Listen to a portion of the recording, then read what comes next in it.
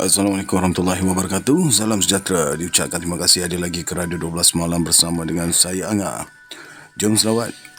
Allahumma salli ala Sayyidina Muhammad wa ala alihi Sayyidina Muhammad. Apapun sebelum kita berganjak pada cerita yang seterusnya, saya ingin mengucapkan terima kasih kepada semua yang mana telah support menjadi pendengar yang setia. Walaupun view saya tak ramai, tapi tak kisah. Bila saya tengok rating dia adalah tetap sama dan tak berkurang dalam angka tu, alhamdulillah berbaloi jugalah. Tak kisah tu tak apa. Ianya juga melibatkan hobi saya membaca. Daripada saya baca seseorang, baik saya bacakan sekali untuk anda. Betul? Baiklah, kita akan teruskan dengan episod yang seterusnya, sambungan daripada hari itu, part yang kedua. Sebab itulah Mamak Bandaro jejakkan kaki juga ke Bangkinang mencari sepupunya di sana. Lama juga dia berusaha, baru dapat menemui Mamak Melano dan Mak Tua Siamah, iaitu anak-anak Tok Haji di Bangkinang. Mamak Bandaro juga yang berikan alamat ayah saya kepada dua orang saudaranya itu di Kapur 9 itu, menyebabkan mereka seringkali berhubungan surat menyurat. Kalaulah tidak disebabkan Mamak Bandaro banyak urusan lain di Bukit Tinggi, memang dia teringin juga mahu singgah di Kapur 9 sewaktu mengajak saya ke Siak. Lagipun, kami sudah bermalam di Hotel Mutiara. Hanya tidak sampai setengah jam sahaja perjalanan sekiranya mahu singgah menjengah sanak saudara. Tetapi apalah gunanya menjengah kalau sekadar beberapa minit sahaja. Jadi sebab itulah Mamak Bandaro mahu menunggu masa yang terluang. Boleh juga bermalam dengan mereka. Mamak Melano sendiri mengharapkan saya akan dapat bermalam di rumahnya kalau singgah di Kapur 9. Abang dengar dari Bandaro, Angah tu ada iras-iras ayah kita. Mamak Melano menulis surat kepada ayah saya. Kalau dia ke Bukit Tinggi, suruhlah dia temui abang. Dia berpesan setiap kali menulis surat kepada ayah saya. Memang dia tahu yang saya ni sudah beberapa kali menjejakkan kaki ke Bukit Tinggi menemui Mamak Bandaro. Terkilan juga dia disebabkan saya ni tak datang ke Kapur 9. Tetapi saya tidak dapat ke sana bukanlah disebabkan perbezaan hidup di antaranya dengan Mamak Bandaro yang menjadi penghalang. Sebaliknya, ruang masa masih belum mengizinkan. Apabila bertemu dengan Haji Maziz dalam pesawat penerbangan, lantas saya teringatkan Mamak Melano sebaik sahaja dia menyebut mahu ke Bangkinang itu. Tetapi sengaja saya tidak memberitahu Haji Maziz mengenai bapa saudara saya di Kapur 9. Manalah tahu saya tidak berkesempatan mahu ke sana. Tetapi saya tidaklah mengharap sangat Mamak Bandaro mahu segera ke Pekanbaru disebabkan sudah pun membuat temu janji dengan rakan kongsi kawannya dari Medan. Maka dengan itu, sebab itulah saya lebih senang tinggal sahaja di bilik hotel sementara dia tu keluar semula ke tabing untuk menunggu rakan kongsi kawannya itu. Saya sendiri belum lagi bertemu dengan kawan Mamak Bandaro yang sama-sama menunggu rakan kongsinya dari Medan. Sewaktu tinggal di bilik hotel itu, saya melihat dari anjung ombak lautan Hindi yang menggulung besar. Di bawah, ramai pula orang mandi di kolam renang di dalam kawasan hotel berkenaan. Disebabkan saya tidak mahu turun ke mana-mana, jadi sengajalah saya berbaring sahaja melepaskan penat. Untuk makluman, saya dah start mungkin demam panas kot ni. Dia akan menjadi kesengawan kemungkinan, tapi saya akan cuba sebaik mungkin. Kalau ada sengau, minta maaf. Setelah selesai urusan perniagaan, tentu Mamak Bandaro akan balik ke Bukit Tinggi. Sekiranya dia sibuk, anaknya si Fitriati atau menantunya Agoes, susahlah nak sebut Agoes, saya sebut Agus lah ya. Menantunya Agus tidak keberatan mengajak saya ke mana sahaja kalau mahu ziarah sanak saudara. Memang saya akan kunjungi juga Haji Salim di Batu Sangkar setelah beberapa tahun tidak bertemu. Ketika balik dari Batu Sangkar melalui jalan ke Baso untuk ke Payakumbuh, pernah juga Agus mengajak berhenti makan di restoran tengah sawah. Memang berselera saya makan masakan Minang. Singgah pula di madrasah di Payakumbuh menemui sepupu Agus yang mengajar di situ. Apabila dikenangkan perjalanan yang jauh tatkala jejakkan kaki ke Sumatera beberapa tahun dahulu, terasa seolah-olah menempuh perjalanan hidup yang terlalu banyak yang dilihat.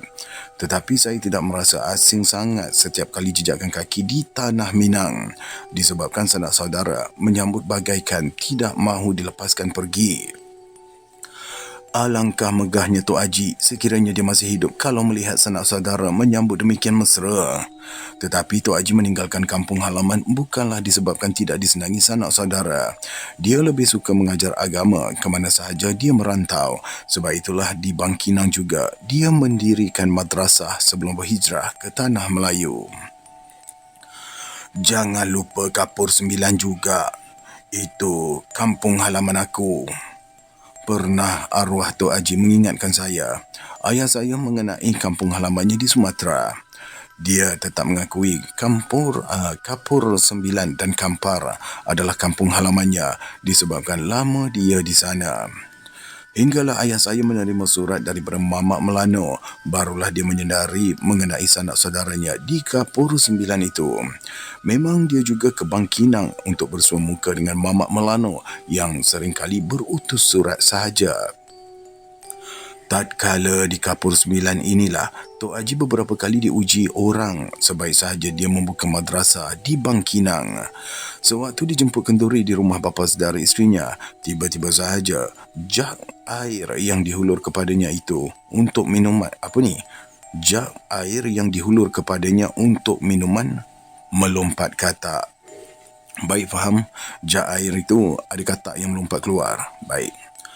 Terkejut jugalah mereka yang datang ke situ apabila katak melompat dari jak air kemudiannya jatuh menggelupur di lantai. Menggeleng-geleng kepala bapa saudara isterinya Bagindo Labeh kerana tidak diduganya kejadian itu berlaku.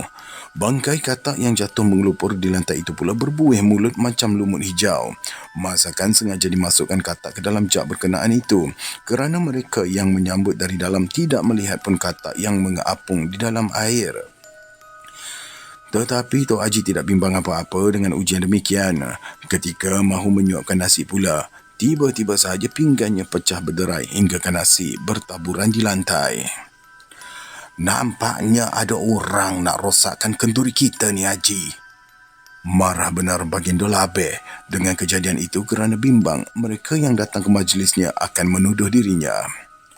Sabarlah bang, sahut Tok Haji terus mengaut nasi yang bertaburan itu sambil meramas-ramas kaca pinggan yang bercampur nasi.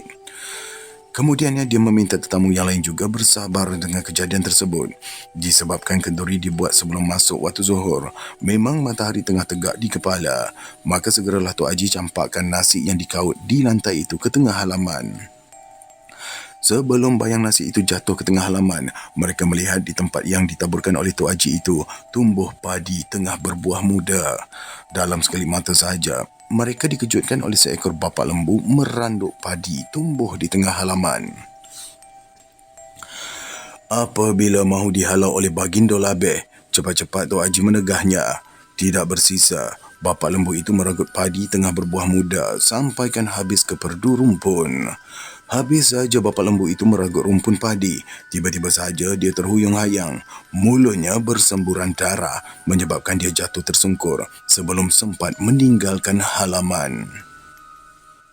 Lembu siapalah agaknya tu? Gerutu tetamu yang datang bertambah hairan kerana kesan rumpun padi tumbuh tidak ada lagi di tengah halaman. Sebaik sahaja bapa lembu tergolek di penjuru pagar. Tak apalah, marilah kita semua makan angkor-angkor dan mamak semua. Lantas Tok Haji mengajak tetamu semuanya menjamah hidangan setelah bapa lembu berkenaan tersungkur. Nanti kita beritahu tuannya, ujar Bagindo Labeh memujuk tetamu supaya bertenang semula.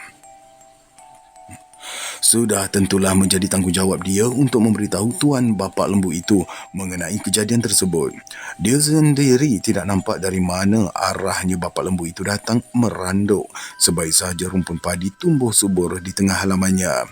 Kalau datang dari arah baru, tentu dapat diagak lembu peliharaan Malimah Bawar kerana dia yang banyak lembu peliharaan.